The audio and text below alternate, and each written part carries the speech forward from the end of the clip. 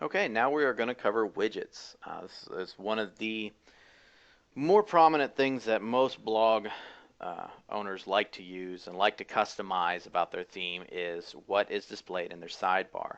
Their sidebar is the little bar along the side that basically shows useful information that should or need to be accessed from any part of any page inside of your site. So different themes are going to have any number of sidebars available. Some will have one, some will have two, some will have as many as 14. So you're going to have a wide variety available depending upon the theme that you select. And we're going to go through each of these things one at a time. So the archives. The archives are basically exactly what they say they are. Archives will basically give you a list of month and year of all your old posts. So however many posts you have across however many months is going to show up in an archive list. You are going to be able to show the post counts, how many posts are within each month and year, and and that will basically keep growing as your blog grows. One thing about the archives, though, is that as you maybe accumulate up to 4 years worth of blog posts, that list is going to get pretty long. So WordPress gave you the option to display it as a drop down. So now instead of taking up 48 lines in your sidebar, which is pretty valuable real estate, you instead can display one line, which is a drop down. They can select it and it'll automatically go to that archive post. You simply give it a title and you're all set to go. All right, the next is the calendar. If people want to go over maybe a posting that you did maybe earlier in the month, but not necessarily old enough to go through the archives, which is over a month old, you usually want to be able to access that through the calendar. Every day that you post is going to show up as a link on your calendar, and WordPress will update that automatically for you for quick and easy access. It's a very handy feature in your sidebar. Your categories. Your categories will basically show all of the categories that you have, and it'll also, just like your archives, either be able to show it as a drop down if you have a large list of categories and show how many posts that you have within each of your categories. And also another very handy feature is the hierarchy. Sometimes you want to be able to show all the subcategories within the categories, and sometimes you don't. So to be able to do that, you can just click the show hierarchy and it'll show all your subcategories for you. So that's a very handy thing to have to keep your blog structured and organized as your categories. Your links. Your links is basically, like I said, your blog roll. You can show every single link here, and you have your different options available, such as the description if you decided to put one in there, and also an image, which is an advanced feature if you wanted to have an image next to each link. But the handy part about this was that if you want to, you can only show a certain category of links in this individual link section. So let's say if you want to have your links to your blog roll, but then you created another category, you can put in, you can save this, minimize that, and you can create another link section that shows a different category in there as well. So it's very handy to have. Your metadata. Your metadata is just a fancy way of saying your login, log out, and all that other, your feed link and and your admin link and the WordPress links and all those little supplemental stuff that kind of didn't have a place but needed to be shown. So this will give you all those little links that you need to have on your site, especially if you have registered users that log in and interact with your site on a logged in basis versus a guest basis. So the metadata is very important to have if you have that kind of stuff. Pages. Very important thing about this pages section is not only obviously does it show your pages, but there's an extra feature in there that you want to have. Obviously you can sort by page different items such as your page order, your page ID, or just the title as normal. But there's a little exclude section. Let's say if you had a thank you page or a password protected page that you didn't want the whole world to know about, you can exclude it by an ID. So let's say if you had page ID 3 and page ID 10, you could put that in there and it will not show up in that pages section. That's a very, very useful tool to have inside of this widget, is the exclude. You find pages by going to the pages section, which we'll do right now. And if you hover over it at the bottom of your browser, depending on what the browser is, it'll show exactly what your ID is. You can't see it right now for security reasons under this video, but if you highlight it, you'll see the link, and at the very, very end of that link is an actual number, and that number is your page ID. So you simply go back to your widgets, and you just simply enter that page that you want to exclude, and it won't show up. It's a very useful tool. Recent comments and recent posts are pretty much the same thing. They're pretty self-explanatory. You can add anywhere between 1 and 15 comments for people to show, and that really helps your visitors engage in your conversation and see what the latest stuff is on your site. So recent comments and recent posts are actually pretty good to put into your sidebar for quick access.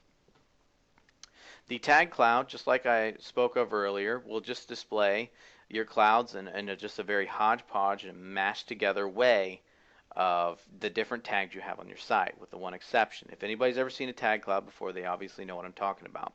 The more of a single word that you add as a tag inside of all of your posts, the more prominent it will be in your tag cloud. Basically, this gives users a quick access to some of the most frequently discussed about topics on your blog, and it displays them all in link form, and whenever they click on that individual keyword, it will automatically take them to a page that shows every post that pertains to that tag. So it's actually pretty handy to use if you want people quick access to common topics that are spread across multiple categories or spread across your blog. The search feature usually is displayed at the top of a sidebar, and the good thing about the search feature is if you do not display a title, it will not show one. So it'll only display the search box and the search button. So it's actually a little tidbit there that not many people know about. So if you want a quick search on your sidebar to be able to search your entire site, you just simply add it to your sidebar. Alright, and the RSS feed. This is a very powerful tool that you can use inside of your sidebar. The RSS feed will basically allow you to enter any RSS feed URL, not just ones from your blog or your site, but any one that you can find on the internet. So if you have a blog that you enjoy reading, you talk about all the time, you can maybe put their feed in there. Or maybe if you have a certain feed from, let's say, a Google search or something along those lines, you can put that feed into here and it will display the posts in your sidebar and the little feed items for your visitors and your guests and your registered users to get quick access to. So it's a very valuable tool to use if, let's say, that you have frequently updating content from different areas of the net that you don't want to necessarily do all yourself. A good RSS feed in your sidebar will take care of that for you. And I saved one of the most commonly used, widely flexible, and one of the best widgets in the entire arsenal of widgets you have with WordPress for last. And that is your text. And this is basically a free-for-all, do anything you want, arbitrary text or HTML section. If you want to add a simple welcome comment, if you wanted to add latest news here, if you wanted to add AdSense code, if you wanted to add an opt-in code from, let's say, an autoresponder, you can add anything you want into this text box. We'll also go over things such as shortcodes later, but you can even add things along those lines as well. You can add just about anything into this text box and have it displayed upon your sidebar. It's a very, very, very powerful tool that's available because of how flexible it is.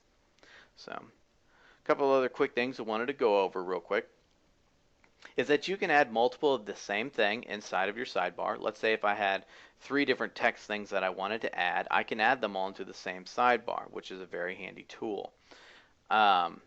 Also, let's say if you're working on something, let's say such as text or something along those lines, and you wanted to continue working on it, but you didn't want to necessarily show it on your sidebar just yet, you can keep it in the inactive widgets section.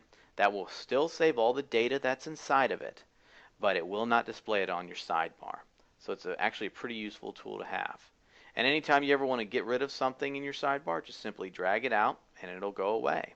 Same thing with the inactive widgets. You say, I don't actually want to add this to my sidebar, I want to get rid of it, just drag it out and it'll auto-update for you. You can also reorder your sidebar by simply dragging and dropping. There's no need to save, it saves everything automatically for you. So it's a very handy and very, very robust tool to use. And that pretty much does it for widgets. One other thing is that a lot of plugins will add widgets automatically to this section. So anytime you ever install a plugin, which we'll go over later, you'll want to come back and check this section to see if there's any useful widgets that have been added as a result of that plugin that you may want to display on your sidebar. Well, that pretty much does it for widgets. We'll see you in the next video.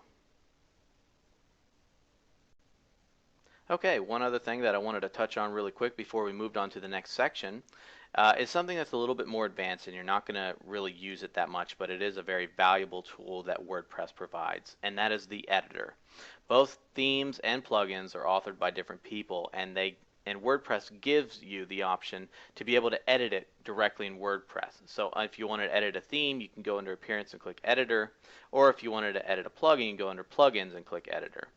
So if you click on one of these, it'll bring up all the files within an individual theme or plugin, and you can select them right here, and it'll give you a list of all the different files that are in that plugin or in that theme, and you can click on it, it'll load it automatically. What the useful part about this is if you know any coding or if you know any HTML and you wanted to be able to do a quick edit on your site, you don't have to download the theme through FTP or download the plugin. Or if you're outsourcing, you can just give your outsourcer access to your blog, and they can do it all from the back end right then and there. It saves you a lot of time, and it's a very handy tool that's available, but not one that's utilized too much. So I just thought I'd touch on that really quick before we moved on to the next section, would be the editors. Okay, let's talk about plugins. This is going to be a basic and quick overview of the plugins section, because quite frankly, one video or even 10 videos cannot even begin to cover all the aspects of what makes plugins so powerful and great to WordPress. Basically, they will make your WordPress blog do almost anything you want it to do. I've seen WordPress blogs become full e-commerce shopping cart sites and so many other things. Video blogs, podcasting sites, comic book sites, and so many other things through the use of plugins. There is virtually no limitations on what you can do with WordPress because of these plugins. So we're going to just basically go over an overview of how to basically manage your plugins. It's designed much the same way that the themes management is set up, so basically you'll kind of catch on pretty quickly after you get the grasp of themes. This will show you all the different plugins that you have currently on your site. If in order to activate a plugin, you simply click the activation link, and it will display as it'll be highlighted in white, and you can see under active and inactive right here which ones are currently active and running on your site and which ones are currently inactive but still available for you to activate. If you want to add a new plugin, it's much the same way that you do with themes. It gives you the ability to search the WordPress site right from your own blog, to be able to search for a new plugin and be able to add it immediately and install it for you to activate right away on your site. So it does it the exact same way that the themes does. Also, another feature available is just like the themes, is that if you purchased a plugin or got one that wasn't from WordPress, you can click on the upload, find it on your hard drive after you've browsed for it, and click install now, and it'll automatically upload, unzip, and install it onto your site for you to quickly activate. That's a pretty brief overview of the grasp of what plugins are. There's so much more stuff that you can talk about with plugins. I also recommend please donate to any plugin developers that you can. I know that sometimes money's tight, but they're giving you these plugins for free, and they put a lot of work and their heart and their soul into it. So please consider donating if you can spare any money. Even $1 to $5 is always greatly appreciated to developers. So that covers plugins. So now it's on to the next video. Alright, the next section that I'm going to cover pretty quickly is the tools section. We're not going to cover everything in this right now. We're going to go over it a little bit more in detail a little bit later. But I'm going to touch on some things that are actually pretty important, but you're not going to use them too often. First one we're going to cover is importing. If you're migrating from a different blogging software such as Blogger or LiveJournal or maybe even another version of WordPress that you use on another site, this is a really handy tool to use. So you want to go to Tools and go to Import. And let's say if we were going from another WordPress install, we would simply click on this WordPress link here, and it would give you the instructions for each individual one. So you'd browse, find the file, upload it, and it would take care of everything for you. It's a very handy feature in WordPress. And that also rolls right into our next one, which is export. If you go under Tools and go to Export, you'll be able to export all of your data if you don't have a plugin that does it automatically for you. Into a particular file for you to keep archives and keep a backup copy in case something ever happens to your WordPress blog. So all you have to do is click the download export file. You can restrict which author you're exporting, but you can basically just download the export file and it'll save it for you. It's a very handy tool to have. And the last one is the one you'll probably see the most, and that's probably the upgrade. Whenever there's an upgrade available for WordPress, it'll display it pretty much all over your blog. It'll display it in the footer, in the header, it'll display it just about everywhere. And all you have to do is just click on the upgrade button and it'll take you to this page. Or if you want to, you can check it on this page. And what will happen is if there's ever an upgrade available, it'll give you a button that says upgrade automatically. And you can click that button, it'll automatically download the new files and install them for you automatically. It's a very handy feature instead of having to go in through your FTP and uploading them all individually and overwriting them and doing a database upgrade also. So that's all we're going to cover for tools right now, and we'll touch on it again a little bit later. All right, the users section. Users are basically anybody that's going to interact with your blog that's above a guest. A guest basically can just go into your blog and leave without ever contributing anything. But users are going to have much more than that. You're going to have users at multiple different levels. Most of them are going to be at a subscriber level, which basically that they can read and then comment as well. So basically, this is the users overview where you can edit users and different actions such as that. You kind of probably already get a feel as to what this section, how it's pretty much laid out, because it's laid out very similar to pages and posts and all those other things. So you pretty much will get a quick grasp of exactly what this is.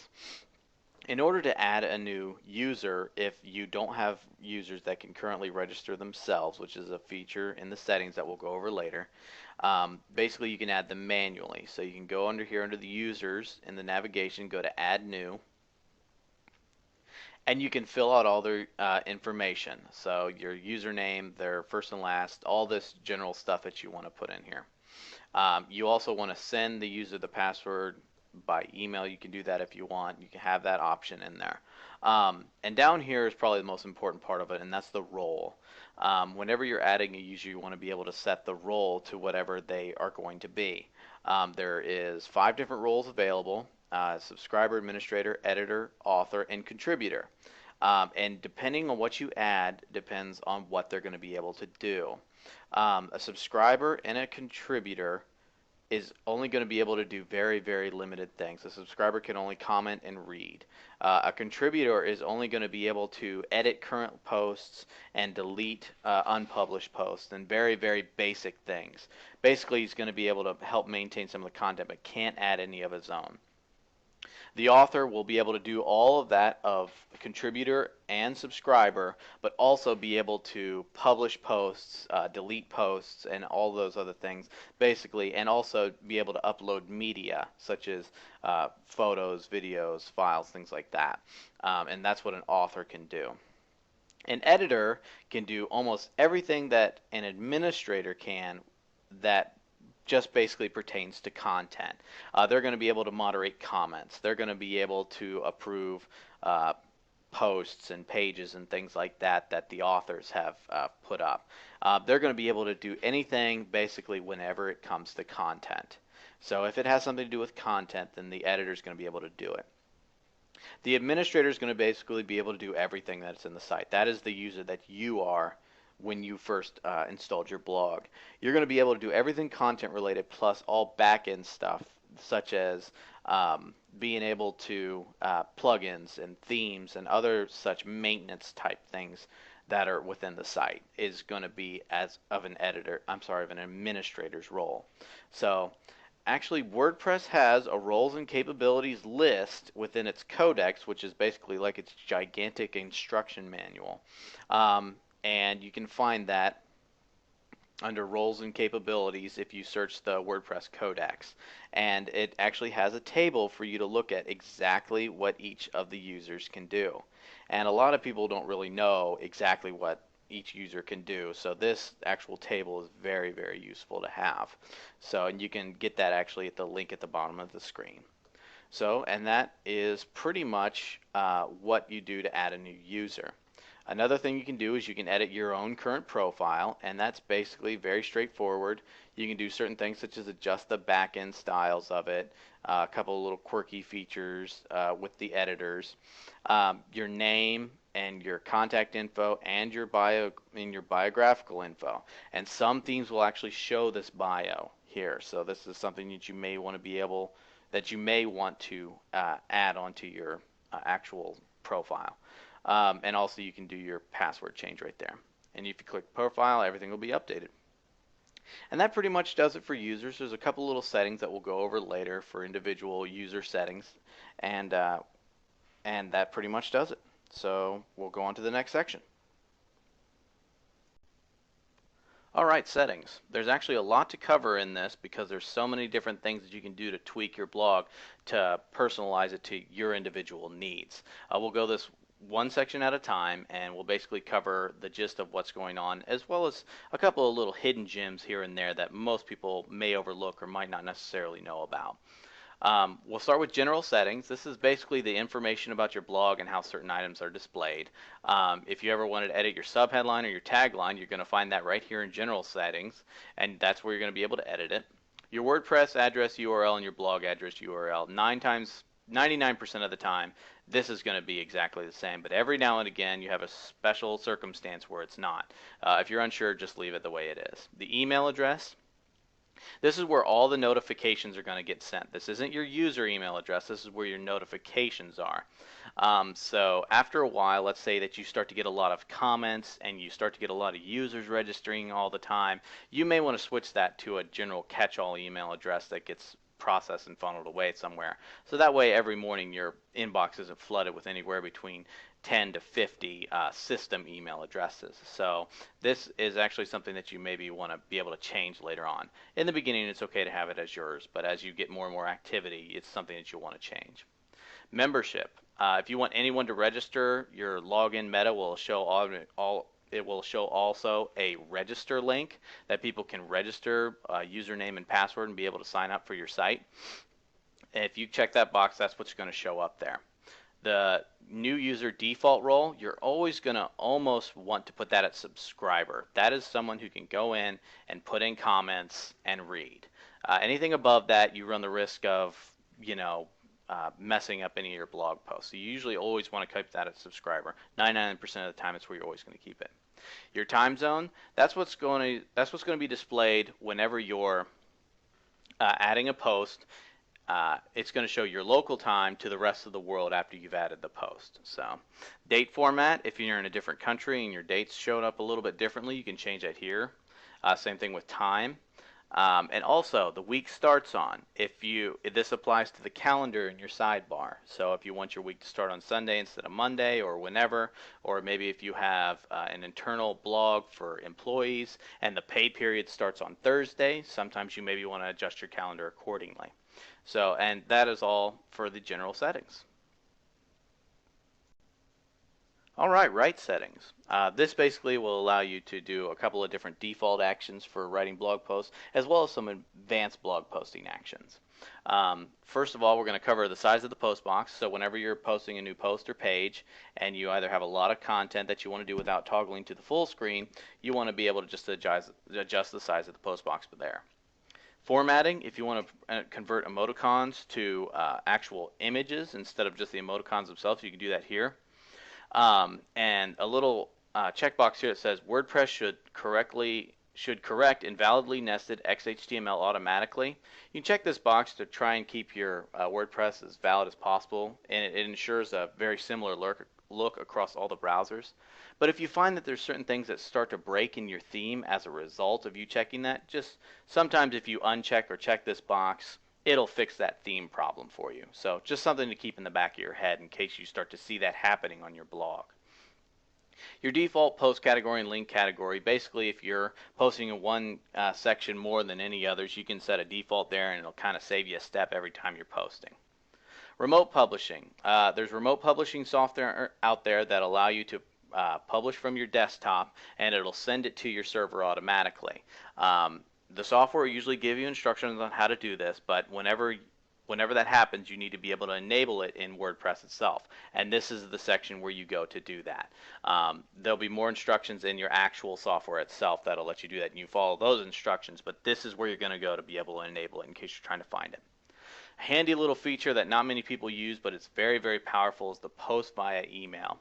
Basically what it does is it will read an email inbox of your choosing and automatically post content whenever it finds anything. It's a very powerful tool, but has to be utilized properly. You want to set it to a very secret email address that nobody knows about, and not even like an admin or anything like that. Just something that absolutely no one knows and is never used for anything else. So whenever you're sending an email or something like that to that box, it'll automatically get published on your blog for you, which is a very powerful tool. The subject will automatically become the title, and the body and the message will automatically become the content of your blog post. And that is posting via email. Update services. This is your pinging services. Things like Ping-O-Matic and Ping-Goat and all those different things that will notify search engines and linking services and site updating services. All those can be notified every time that you do a post if you put the update service link in here. It's a very useful tool to let the search engines know whenever you've added new content. And that's it for writing.